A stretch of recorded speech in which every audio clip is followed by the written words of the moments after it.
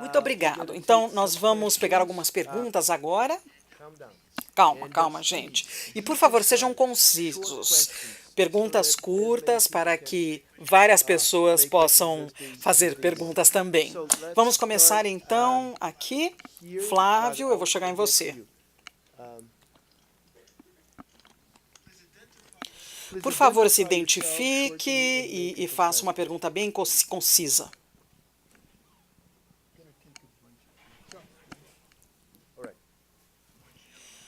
Bom dia, meu nome é Hello, my name is Rafael Almeida.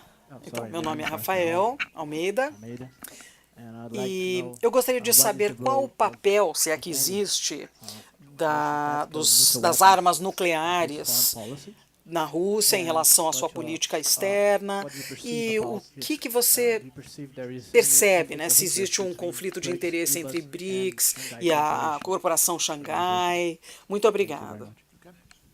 Próxima pergunta. Flávio, já chega você aqui.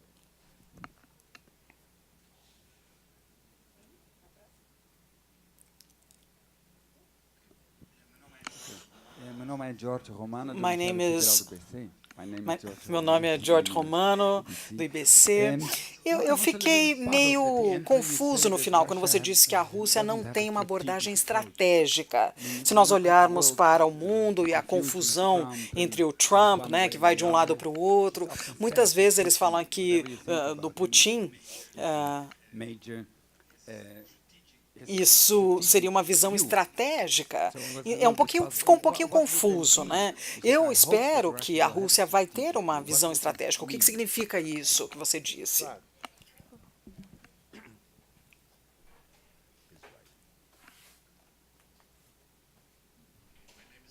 Meu nome é Flávio Bittelman, eu sou cônsul da Moldova, no Brasil, e a minha pergunta é sobre a Rússia, o Irã, a Síria, Hezbollah, dentro dessa questão, né, do que a Rússia vai fazer, qual será o papel da Rússia. Ok, será que podemos ter mais uma pergunta? Obrigado, meu nome é Sérgio. Será que você pode falar sobre o Alexander e a influência em relação ao Putin? Ok. Bom dia, meu nome é Gustavo. Eu sou um estudante de relações internacionais e eu faço pesquisa das relações da Rússia com a Sérvia. E eu queria saber sobre a situação ali, eu vou tentar ser conciso.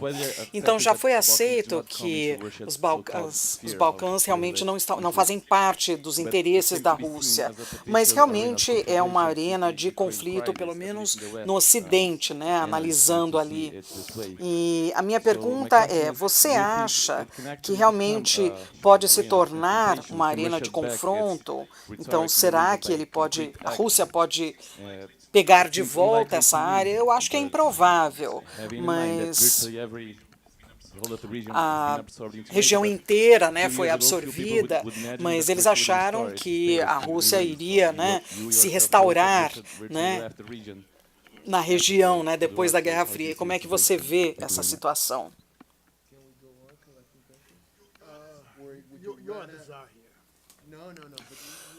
Bom, eu estou bem.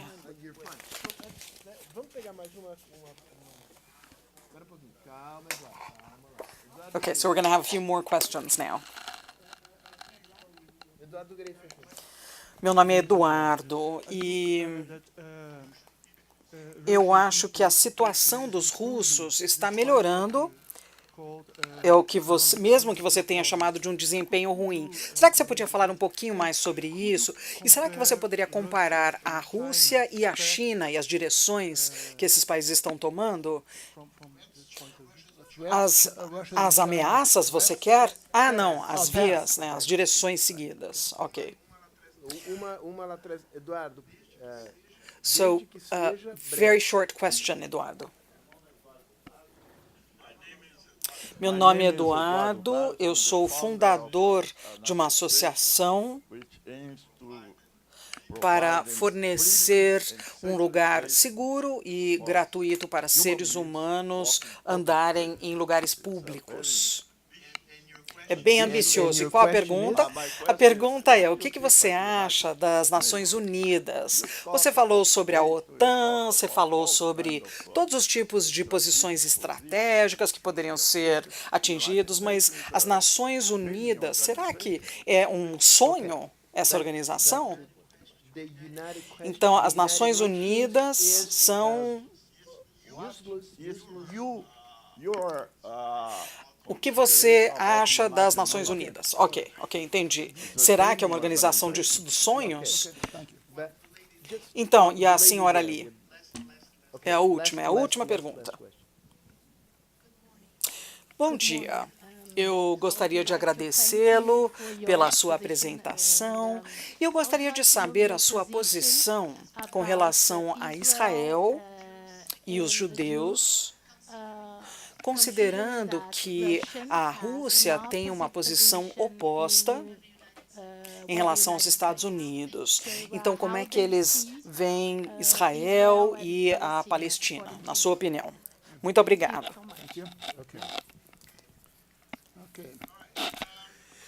Ok. Bom, armas nucleares táticas. Essas armas nucleares já está ali no fundo faz tempo. E essas armas nucleares táticas são importantes para lutar uma guerra, né? Não para detê-la.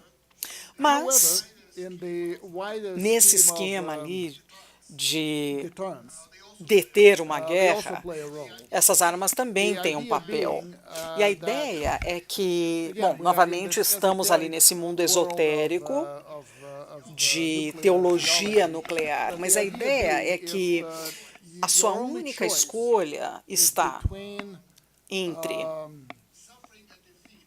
sofrer uma derrota nas mãos ali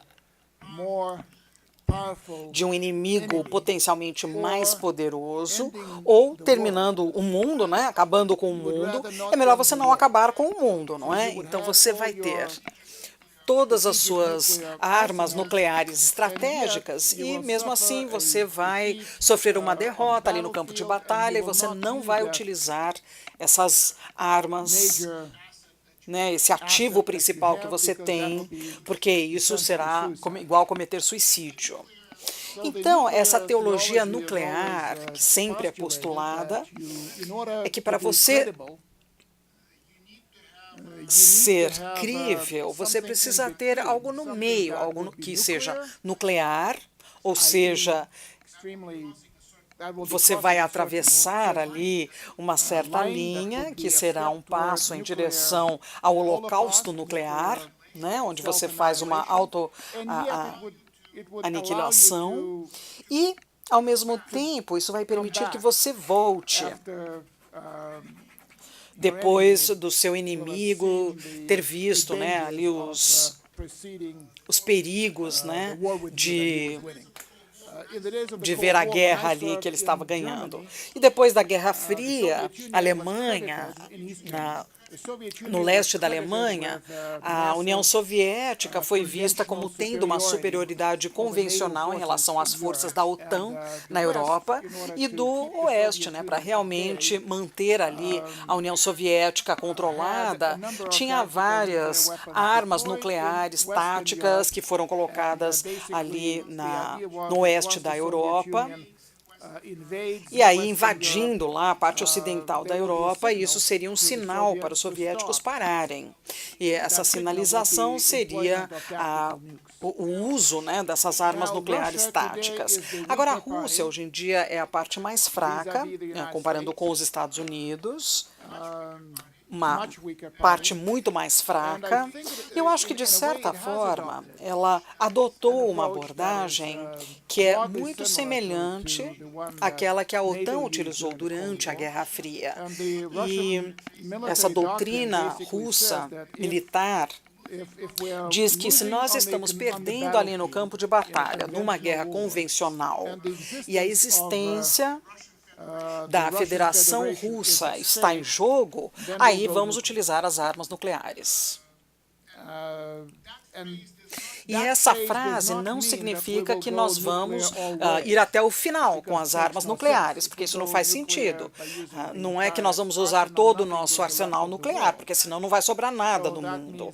Isso significa que existe ali um espaço para as armas nucleares táticas. Eu espero que isso continue uma teologia, espero que isso nunca entre ali em ação, mas essa que é a posição ali da Rússia com relação às armas nucleares táticas. Será que existe um conflito entre os BRICS e o SAO? Não necessariamente. O SCO, ele inclui 3 dos países que fazem parte ali dos BRICS. Eles incluem a China, a Índia e a Rússia.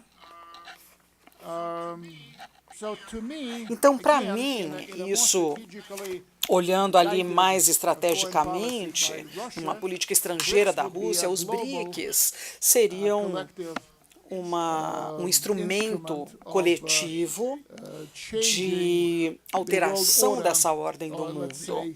Então, em outras palavras, fazendo essa ordem do mundo menos centrada no Ocidente, enquanto que o SCO é mais para a segurança e desenvolvimento da Eurásia, onde nem o Brasil nem a África do Sul estão situados. Então, essa seria a minha resposta. Mas a minha crítica é que os BRICS e até certo ponto o SCO, eles ainda precisam encontrar o seu papel real nessas relações internacionais. Os dois têm promessas, são mais promessas do que realidade. E, novamente, eu estava falando sobre a política estrangeira da Rússia, então eu acho que é bem interessante. Eu diria que, para mim, novamente, assim, sem pensar muito naquele esquema maior das coisas, seria equivalente ao SCO. É um grupo ali de países no hemisfério sul, que tem alguma sobreposição nos seus interesses, que podem colaborar para o bem maior em relação aos seus interesses. Então, se você tem o IPSA, né, se entrar ali na direção de um mundo mais equilibrado, eu não... Na verdade, eu acho que a ideia dos russos e dos chineses, eles estão empurrando isso há mais de 20 anos, essa multipolaridade. Eu acho que essa definição está errada. Em primeiro lugar, eu acho que multipolar não existe ou pode existir no mundo físico, e nós ainda estamos no mundo físico, mas eu acho que nós precisamos, todos nós, precisamos de um mundo mais equilibrado, precisamos de mais equilíbrio no mundo, e isso dentro de nossos próprios países e no mundo também, porque existe um desequilíbrio grande no mundo, não temos um equilíbrio. E eu acho que a estratégia correta, o objetivo, seria dar mais equilíbrio para o mundo, e o IPSA realmente conseguiria dar esse equilíbrio. Agora, será que o Putin é um estrategista ou não? Deixa eu dar um exemplo para vocês. Eu acho que a minha crítica mais forte do Sr. Putin, de sua política sobre a Ucrânia, com certeza não é a Crimeia, não é nem o Donbass, mas eu acho que foi um grande erro de muitas formas. Mas antes dessa crise da Ucrânia, né, a política da Rússia em relação à Ucrânia nesses anos antes da crise era tão ruim que a sua derrota foi melhor, com certeza, né, teria nos custado... Na verdade, até nos custou menos, né, do que o seu sucesso. Então, por exemplo, se as políticas do Sr. Putin em relação à Ucrânia se tivessem funcionado e a Ucrânia tivesse se tornado parte dessa união econômica, a Ucrânia teria se tornado um grande buraco negro ali, e a Rússia teria que mantê-lo flutuando com um nível bem mais baixo, um padrão de vida bem mais baixo, isso durante muito tempo. Nós teríamos que tornar a Ucrânia, ela teria que ter nos subornado ali em relação aos conselhos da Eurásia. Eles teriam nos vendido em qualquer acordo, em relação a qualquer proposta russa. E, no final das contas, eles teriam revertido a sua posição e iriam para o Ocidente, porque a maior parte da elite ucraniana, se for no meio, se for no sul, no leste ou oeste, a grande parte dessa elite está se concentrando ali nessa situação da Ucrânia. E o que nós temos agora é muito ruim por muitos motivos, mas pelo menos não é tão ruim quanto teria sido. A Ucrânia não faz mais parte, não é mais nosso problema, né? É problema de alguém outro. E é melhor assim, agora, com essas políticas tendo falhado, comparado com se as políticas tivessem tido sucesso. E o Putin também disse várias vezes que o confronto com os Estados Unidos não será permitido. E mesmo assim, ele falhou. Ele não conseguiu ver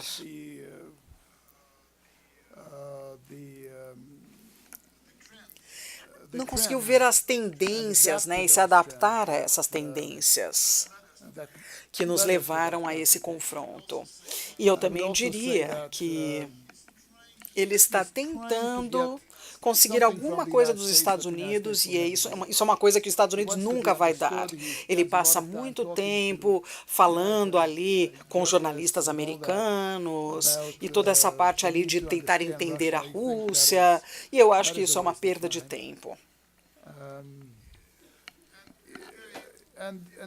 E também uma outra coisa importante é que nós ainda não começamos a desenvolver seriamente uma estratégia de longo prazo em relação ao nosso parceiro ou vizinho mais importante da Eurásia, que seria a China.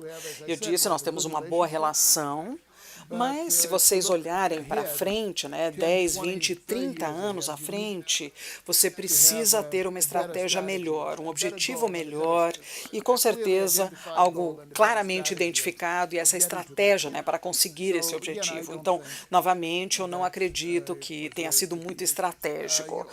Existem perguntas também sobre o Oriente Médio. Eu não acho que a operação na Síria foi estratégica até certo ponto.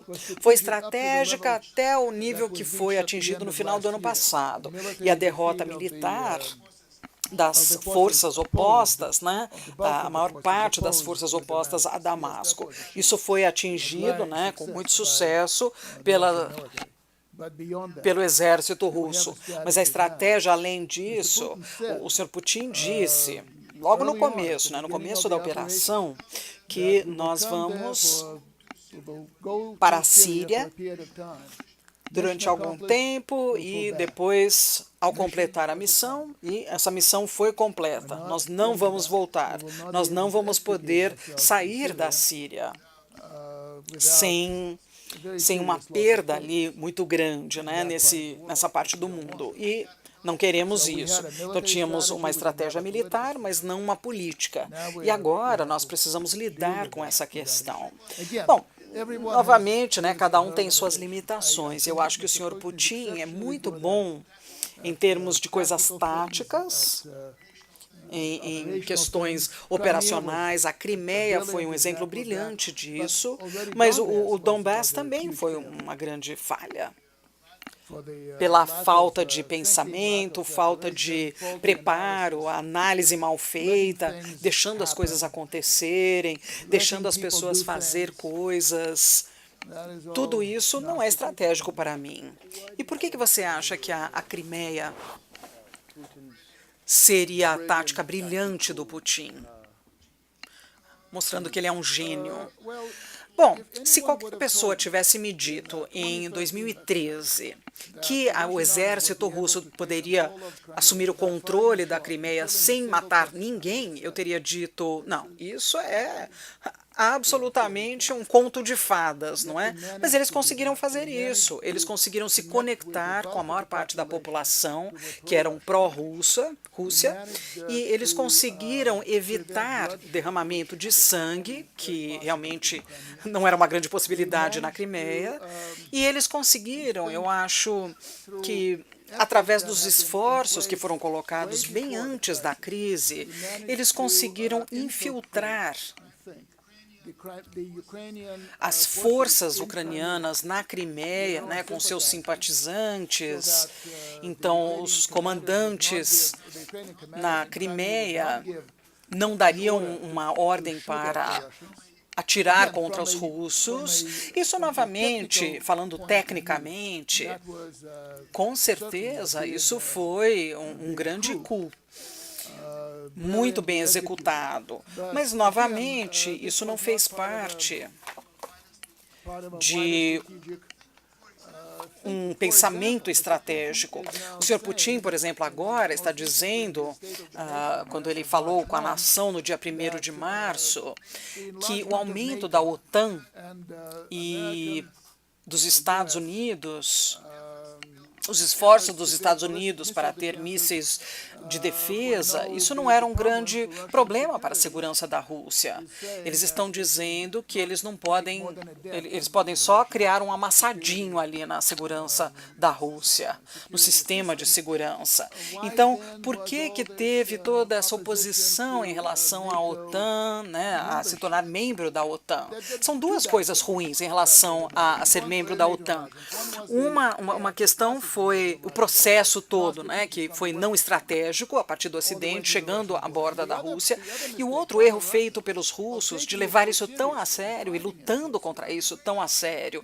A Ucrânia não faz parte da OTAN hoje, mas é um país que é um adversário, né, que se vê ou vê a Rússia como um adversário, como um inimigo até, e esse será o caso para os próximos anos também.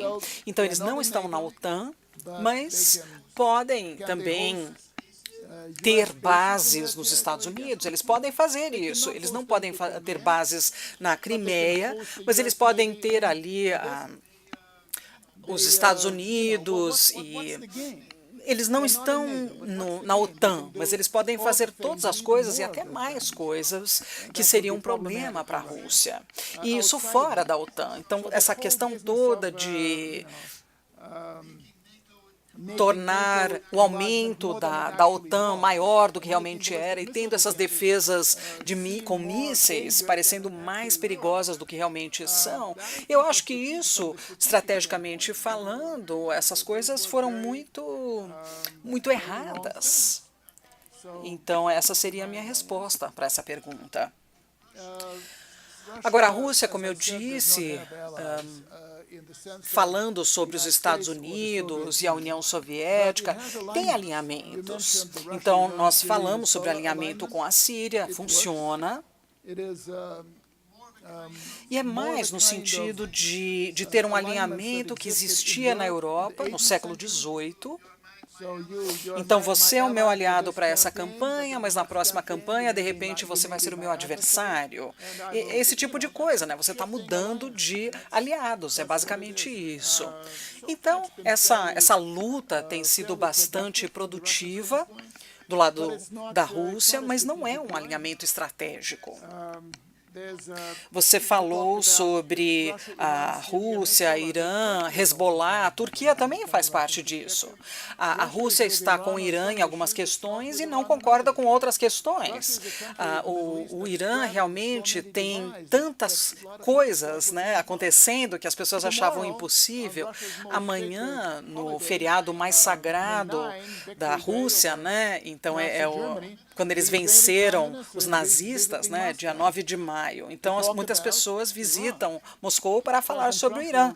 O presidente Trump já anunciou a sua posição em relação ao JCP, né, aquele contrato ali em relação à questão nuclear, mas os israelenses vão para Moscou. E os russos e os israelenses, na verdade eu estou respondendo a essa pergunta, né, sobre o Israel e a Rússia, eles podem até discordar das coisas, mas eles falam a mesma linguagem, é a linguagem ali de política, pragmática, ou o que você quiser chamar, e a Rússia e o Irã discordam com relação a onde o Irã está, com relação à aquisição de capacidade de armas nucleares, mas a Rússia estava mandando dezenas de seus peritos para Israel para falar sobre todas as questões relacionadas a esse programa nuclear com os oficiais israelenses, da área militar, da inteligência. Então, é uma relação bastante próxima, mas não é uma aliança. A aliança é com o Irã. O alinhamento, na verdade, não uma aliança, é um alinhamento. Então, é uma geopolítica do Oriente Médio de maneira muito real. A Rússia não vê ninguém como sendo aliada, 100% aliada, e também não considera também 100% adversário. Então, é assim que ela gerencia as coisas. Então, ela lida com Hezbollah e com Israel, lida também com Hamas e também lida com a Arábia Saudita, com o Irã. Tem poucos países que podem fazer tudo isso ao mesmo tempo, e a Rússia consegue. Então, isso, na verdade, é um emblema de distinção, pelo menos para a diplomacia russa. Mas você precisa de algo mais, que não vem da diplomacia, que deve vir ali de níveis mais altos, que seria estratégia. Eu não tenho certeza se nós temos uma estratégia no Oriente Médio, nós somos muito capazes, né, estrategicamente nem tanto. E a influência do Sr. Dugin realmente é muito menor do que as pessoas pensam. Eu acho que ele teve um papel visível ali nos anos 90, quando se falava ali na integração ocidental, no mundo novo, na geopolítica tendo sido jogada pela janela, estamos numa situação ganha-ganha, e nós vamos amar uns aos outros, e os Estados Unidos realmente é um grande amigo, em que nós confiamos, e ele estava dizendo algo bem diferente. Eu não acho que... Na verdade, ele até conseguiu um pouquinho de apoio lá da Crimeia, por um tempo, pelo que eu entendo, e eu acho que não é uma pessoa que realmente cria um impacto no pensamento do Putin, ou pelo menos nos últimos anos. Eu acho que o Putin... Com certeza, ele mudou muitas coisas em sua forma de pensar, né, quando ele era primeiro-ministro.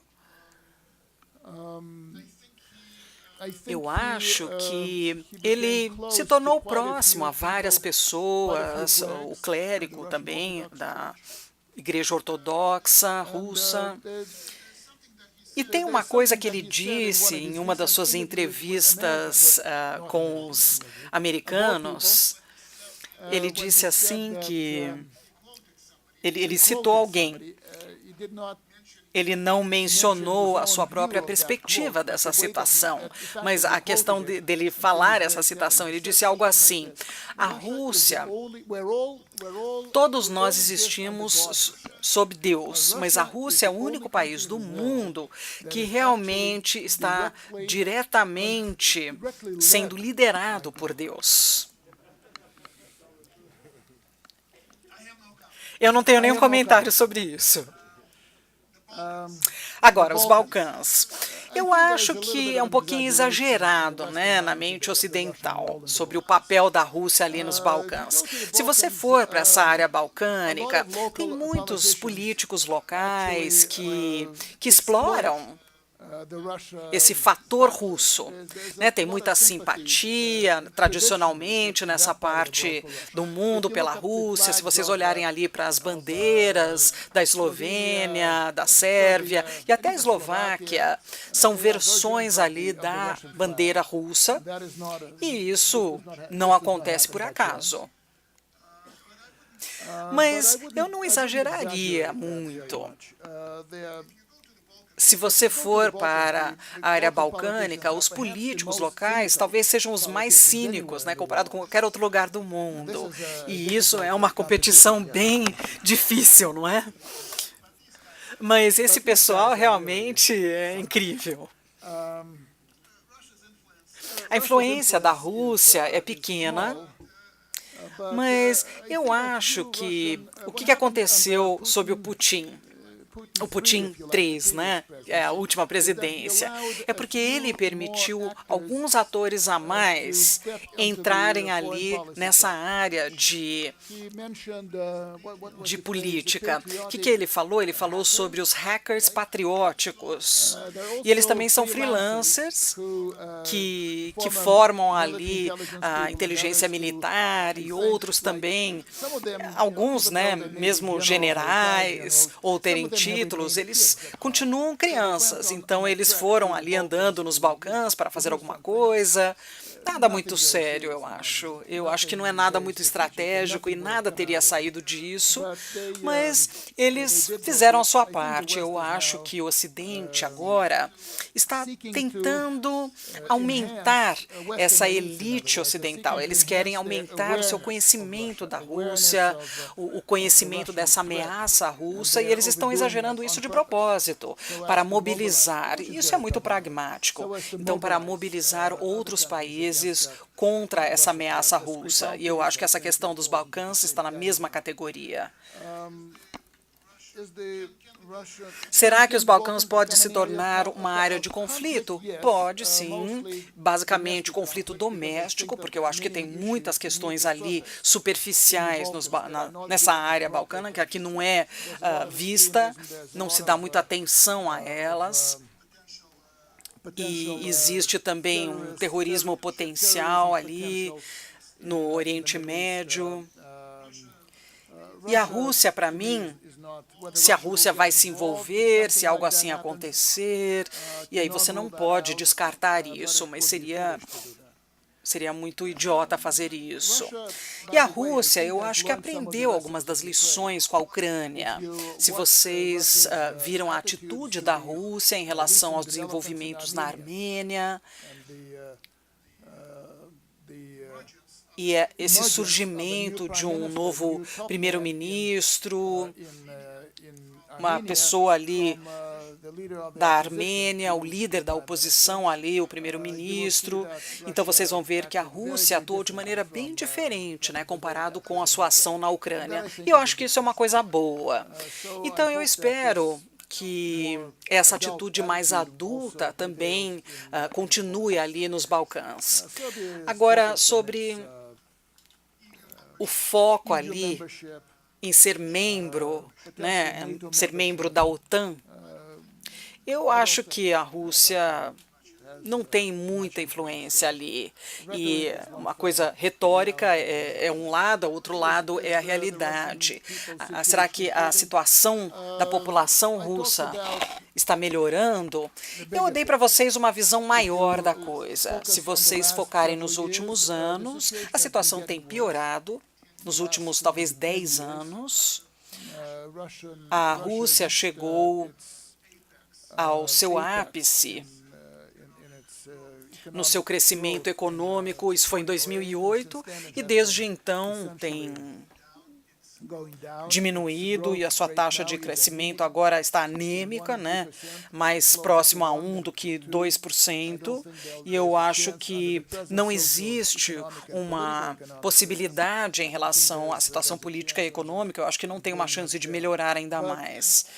Mas, tendo dito tudo isso, eu acho que é incomparável com a situação que nós tínhamos nos anos 90, porque para muitas pessoas era uma questão de sobrevivência. Nos anos 80, a questão era falta de alimento e coisas assim. Nos anos 70, foi o ápice ali da era comunista.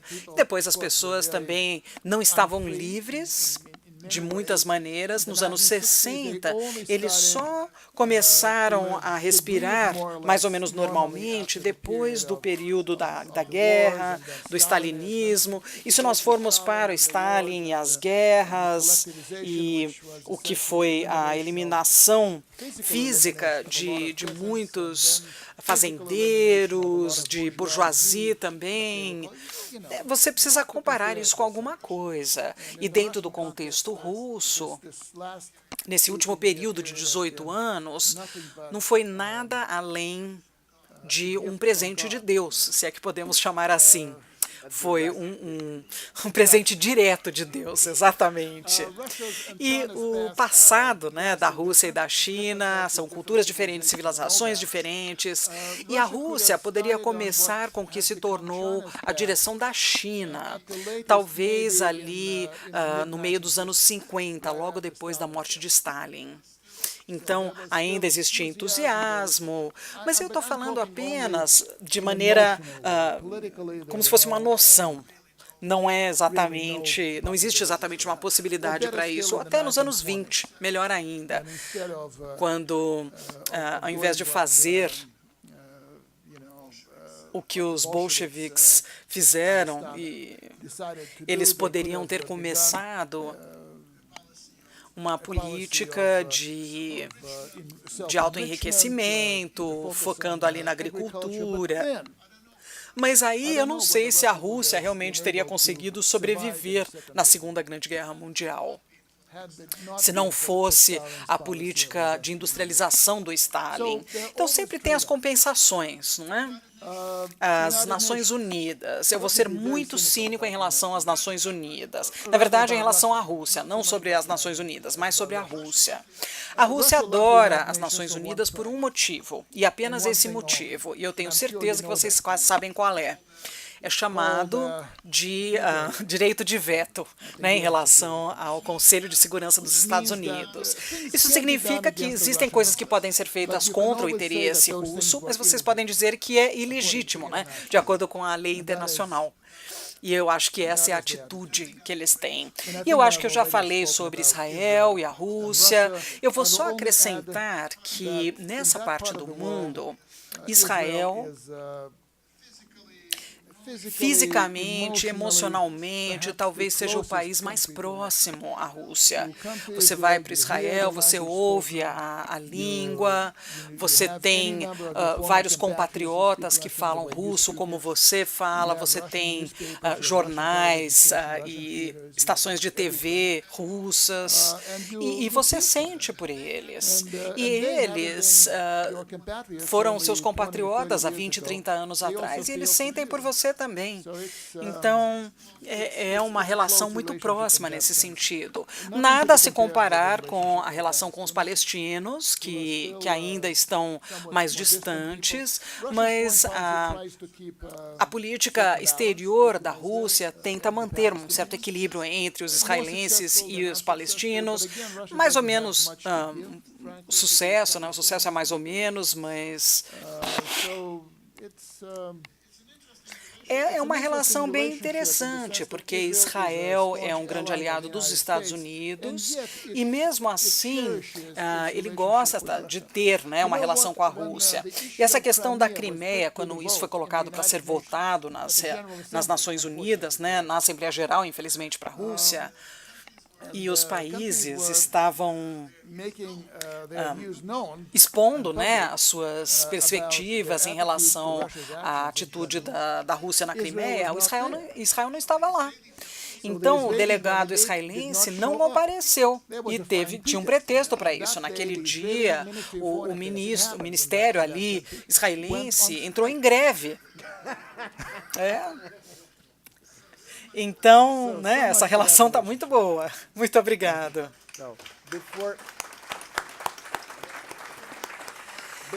E antes de terminar, eu vou abusar um pouquinho essa condição de ser o presidente da sessão.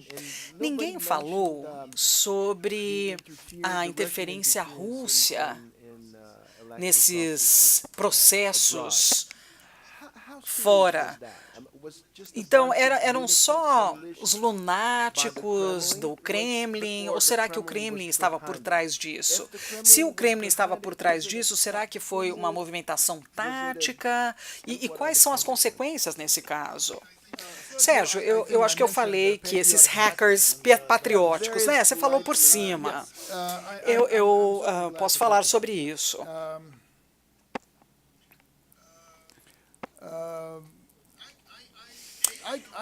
Em primeiro lugar, eu não sei.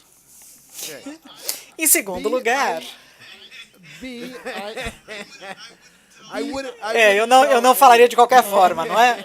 Não. Em segundo lugar, eu posso até imaginar coisas. Então, eu poderia imaginar uma cena no escritório do senhor Putin, mais ou menos em 2012, não é? Quando ele voltou ali ao Kremlin.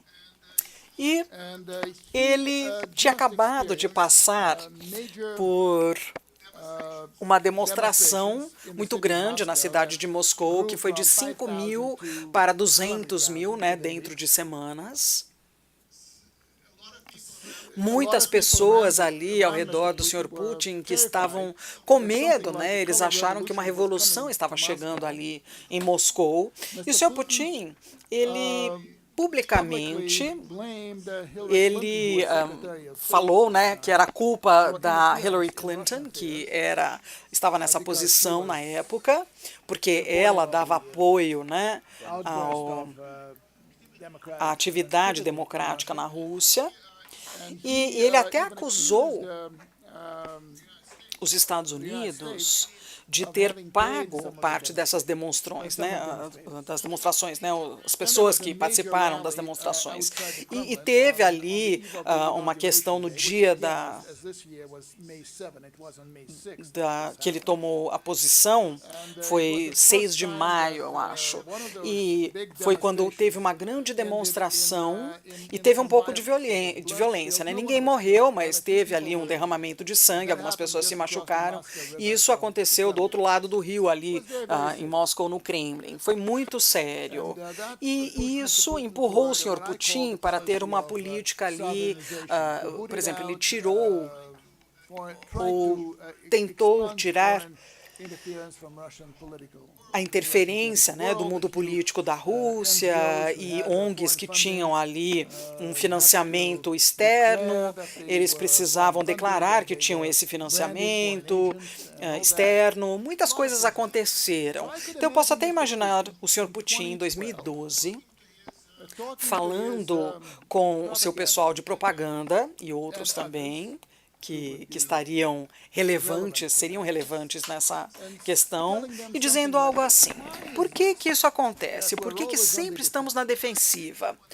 Por que quando um dignitário americano chega na nossa amada cidade de Moscou, uma das coisas que ele ou ela faz seria ter figuras de oposição liberal na residência ali do embaixador americano em Moscou e dando instruções a ele sobre como lutar contra, né, o governo que foi eleito na Rússia. E eles também podem achar organizações pró-democracia que estão fazendo o que eles estão fazendo, financiando ali vários sites na internet. E eu vou parar pelo tempo, né? Por que nós não estamos fazendo nada disso? Será que esse pessoal é santo? Será que eles não têm esqueletos em seus armários? Por que nós deveríamos ficar parados? Mesmo que, obviamente, eles estão nos atacando com o objetivo, né, afirmado ou não, de tentar acabar com o nosso sistema. Por que nós não podemos lutar contra e empurrar eles? E, de repente, vocês viram também a mudança na forma com qual a Rússia está hoje, como eles começaram a focar nos Estados Unidos e no mundo ocidental. Então, basicamente, eles adotaram, né, formaram um modelo de propaganda ocidental da União Soviética. Então, você tira questões que não são discutidas na União Soviética, você dá ouvidos a vozes que não são ouvidas na União Soviética e você empurra isso para a União Soviética da mesma forma. Eles focam em questões agora que a mídia principal não vê e o que acontece?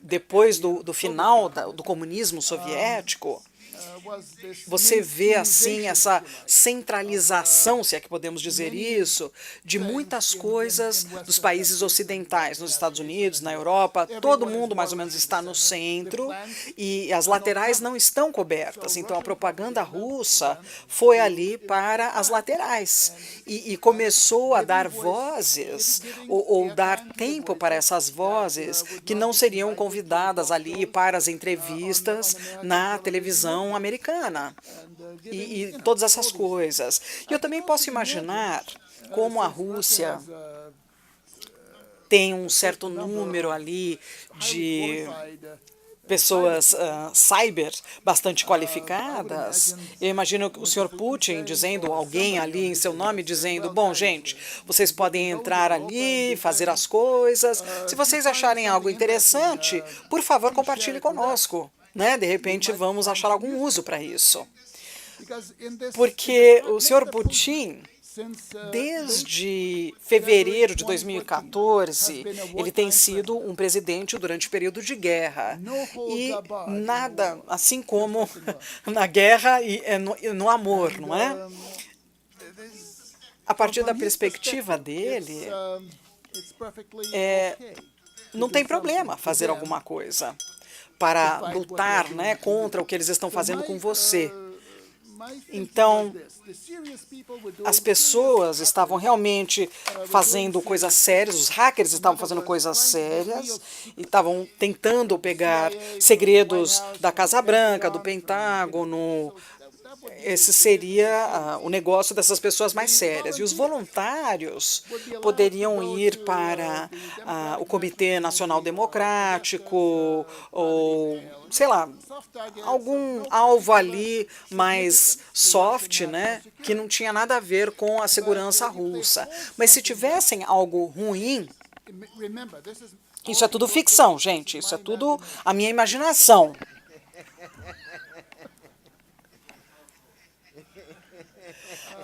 Exatamente, você faz todas essas coisas e se você tiver sucesso, ok, podemos usar isso. E por que não? Porque eles estão utilizando coisas contra nós, por que não podemos fazer o mesmo com eles? Se eles puderem utilizar isso na perspectiva do Sr. Putin, o que foi feito para a equipe olímpica russa sob o escândalo de doping foi uma operação especial dos Estados Unidos e outros aliados ali. Né, os serviços especiais, a publicação daqueles papéis do Panamá, isso é uma outra coisa. Então, se você puder fazer isso, nós vamos fazer isso, certo? E, como eu disse, foi, na minha perspectiva, nunca houve nenhuma esperança ou qualquer ideia de tornar o Donald Trump o presidente dos Estados Unidos, porque, em primeiro lugar, eles nunca levaram o Trump a sério, em segundo lugar, eles nunca acharam que ele fosse ganhar. A televisão russa, no dia antes da eleição americana, estava basicamente deixando bem claro que o próximo presidente dos Estados Unidos seria Hillary Clinton.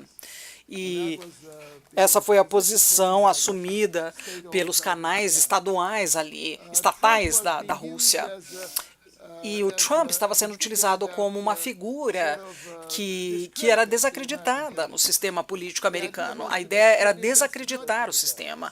Exatamente, você está desacreditando um papel sagrado na Segunda Grande Guerra Mundial, você está dizendo para o mundo que o que nós fizemos na parte oriental da Europa foi basicamente a questão do Hitler. Na verdade, essa que é uma das coisas básicas, uma das bases da identidade russa contemporânea.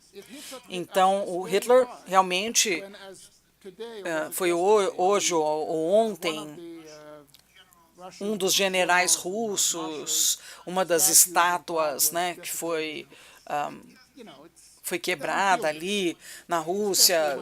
Não é bom, né? Especialmente quando você pagou, né, centenas de vidas de soldados, né, para a Polônia, para a Tchecoslováquia. Então, realmente, isso é muito duro, né? E o Ocidente não se importa com isso. Eles preferem dar apoio àqueles que lutaram contra os soviéticos, com os nazistas na Segunda Grande Guerra, do que os soviéticos. Então, se você nos bater com força, nós vamos bater com força também. E a sua maior característica de autoidentidade é o que? Democracia? Ok, nós vamos contar para o mundo o que realmente é a sua democracia. Isso é um jogo bem difícil que eles estão jogando. Eu acho que a Rússia interferiu, sim. Eu acho que isso foi feito com o senhor Putin, né, com a orientação do senhor Putin. Mas o meu problema com isso e várias outras coisas é que não foi estratégico. Então, qual que seria? Você pode até ter, né, um divertimento ali, né, olhando para algumas das coisas que eles estavam fazendo contra alguém, mas, na verdade, não é uma coisa que dura muito, esse aqui é o problema. Bom, eu ia terminar, mas a Lenina pediu para eu fazer uma última pergunta curtinha. Como é a Lenina, eu vou permitir. Eu só queria perguntar quais que seriam as sanções econômicas, né? O que isso está fazendo para o desenvolvimento econômico da Rússia? Quando você faz uma pergunta, né? As pessoas russas estão vivendo melhor? Se alguém te fizer essa pergunta, isso não foi dito que durante muito tempo a Rússia foi sancionada e teve que se adaptar em termos de economia, né, com relação a essas sanções. E uma coisa que eu acrescentaria também tem a ver com a relação que a Rússia estabelece com outros países. A política para manter o nível de preços internacionais de energia, petróleo e gás, especialmente o petróleo, né, em relação aos outros países. Você poderia comentar sobre isso? Eu vou fazer isso rapidamente. Como eu disse, a pior coisa sobre as sanções não é as sanções em si, na verdade, a mensagem que elas levam. A mensagem que elas levam é bastante venenosa e o pior resultado da mensagem é que, tecnologicamente, o desenvolvimento tecnológico da Rússia está sendo atrasado por causa dessas sanções. Não é por causa das sanções em si, é por causa dessas implicações maiores das sanções. E essas sanções também empurraram o governo russo a ter contra-sanções. Então, por exemplo, não permitindo que os seus produtos alimentares cheguem à Rússia, exceto alguns. E isso levou bom, isso na verdade ajuda, né, o setor, né, de agricultura da Rússia, mas o setor tem um tempo ali para desenvolver ali para chegar num certo nível e aí os preços subiram.